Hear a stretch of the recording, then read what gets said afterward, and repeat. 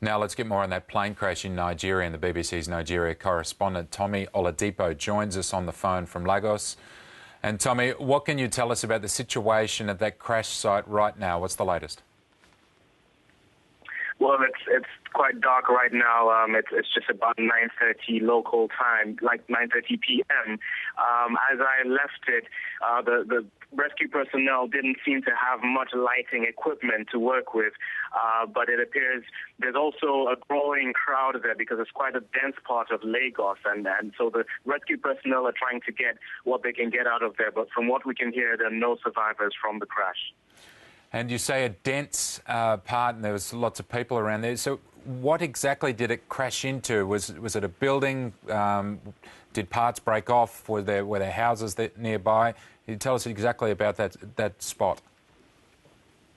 The area is a residential area, but the building that the plane crashed into was a printing press, and next to it was a sort of woodwork workshop. From what I saw lots of books from the printing press littered all over the place and burning. A few neighboring buildings also were damaged and caught fire, so a few of those were residential houses. But it appears as if most of the damage was to that printing press. So when we talk about further casualties to be revealed, you would hope that there are not too many more people other than the passengers. Is that safe to say?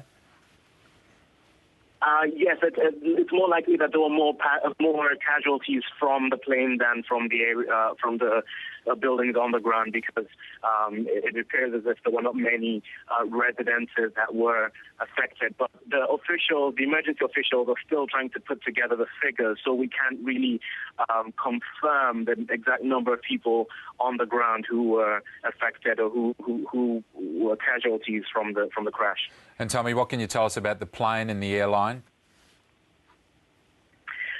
The plane was a McDonnell Douglas 83 by Dana Air. Dana Air is a fairly decent. It's not one of the biggest airlines in Nigeria, but it's sort of considered one of the okay airlines. It's owned by an Indian group, which also has several other franchise businesses in Nigeria. They haven't had any history of any air transport problems to date. So this is their first. Nigeria does not have a very good air transport record, though. There have been several crashes in the past couple of years, although the last was in 2006. But Nigeria's air travel is not very well trusted or very well respected worldwide. And you say it's an okay airline, obviously. Keeping into perspective the overall airline situation in that country, what are the general safety concerns around those different planes, different airlines? Well, usually it just comes to the enforcement of the rules for these airlines. A lot of them are able to flaunt some of the rules because the airport authorities or the aviation authorities are not able to get to the bottom of many of the issues they deal with. So sometimes these airlines were able to get around, with a few mishaps here and there. Another thing is that Nigeria's road networks are not very good. So a lot of people, especially those middle class who can afford it, prefer to fly across the country rather than drive because the roads are quite dangerous. So the airspace is quite busy here in Nigeria, even for local flights. So what then is the authorities' reaction likely to be to this in regards to air travel and also the investigation?